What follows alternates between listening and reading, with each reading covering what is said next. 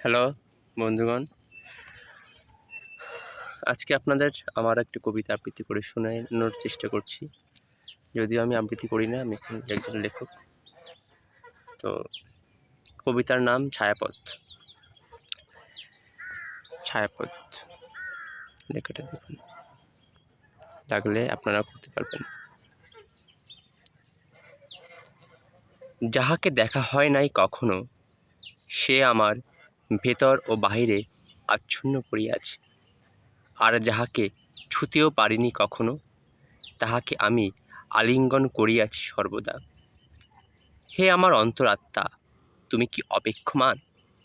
তবে তোমাকে ঘিরিয়া লতাইছে মায়াজাল। যে বিশ্বেশ্বরী লালন করিতেছে তোমার অনন্তকাল, তার ছায়াতে তুমি ফিরে আসো জন্ম জন্মান্তরে। তুমি কিসের লাগিয়া কাঁদিয়া বেড়াইতেছ? বরং তুমি শূন্যতা দিয়া ভরিয়াছ আপনারে। জন্ম থেকেই পূর্ণ তুমি, এক ফোঁটা সমুদ্র জলে তুমি মহাসমুদ্র।